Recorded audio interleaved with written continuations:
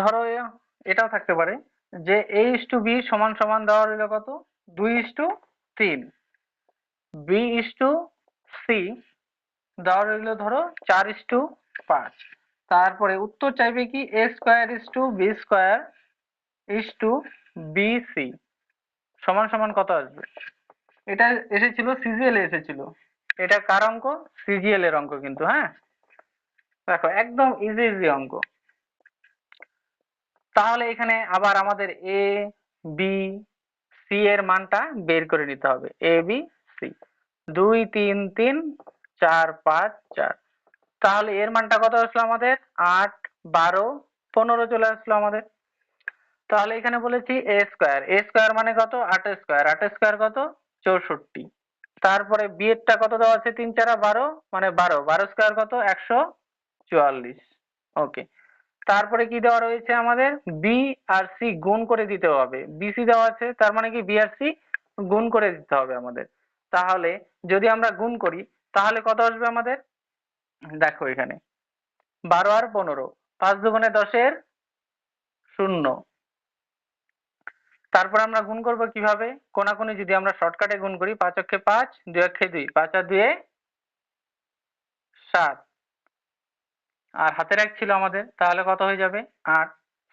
আর এখানে এক অক্ষে 1 180।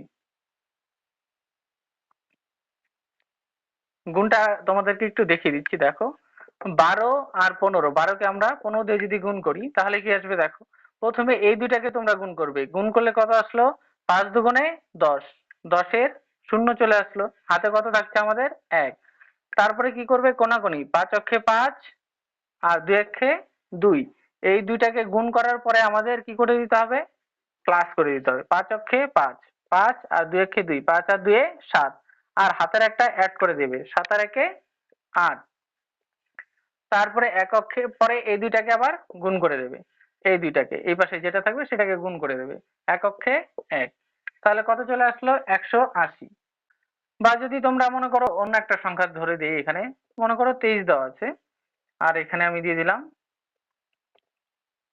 এখানে আমি দিয়ে দিলাম 25। ওকে, এটাকে গুণ করব। দেখো এখানে গুণটা দেখো, মজা লাগবে গুণটা। প্রথমে কি করব, এই দুইটাকে গুণ করব, 3 5 15, 5 হাতে থাকবে কত 1। তারপরে এবার কোনাকুনি গুণ করব, 5 দুগুণে 10, 3 দুগুণে 6, 10 আর 6 16 একে 17, 17 7 হাতে থাকবে কত আমাদের 1 থাকছে, 2 দুগুণে 4, 4 আর 1 5।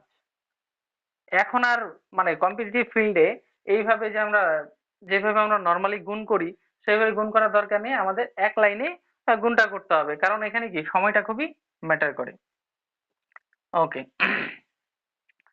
তাহলে এটা চলে আসছে। এখন দেখো এগুলোর মধ্যে কি রেশিওটার মধ্যে কি কমন যাচ্ছে কিন্তু, তাহলে যত কমন যাচ্ছে সেটা আমাদের কি বাদ দিয়ে দিতে হবে। তো এইখানে দেখো বড় বড় সংখ্যাগুলো রয়েছে, তো এই যে বড় বড় সংখ্যাগুলো এগুলো কত দিয়ে আমি দেব, এখানে 2 দিয়ে কি দেব, 2 দিয়ে দিতে দিতে কিন্তু আমাদের অনেকটা সময় লেগে যাবে। তো এখানে আমরা দেখবো যে কতটা বড় সংখ্যা দিয়ে এটাকে ভাগ যাচ্ছে সেটা আমাদের দেখতে হবে।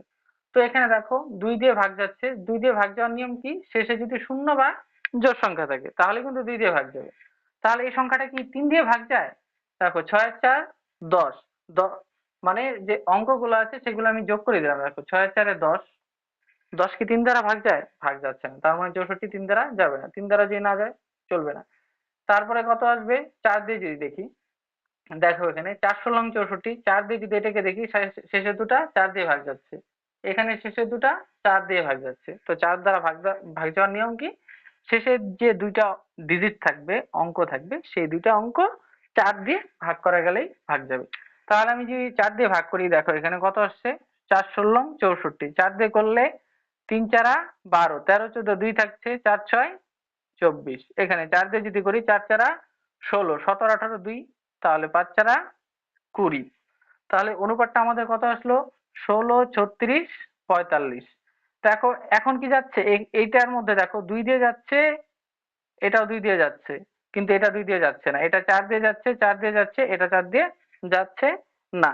আর কি ছোট করা যাচ্ছে, যাচ্ছে না, তার মানে আমাদের এটাই হবে উত্তর। বোঝা গেল? ক্লিয়ার?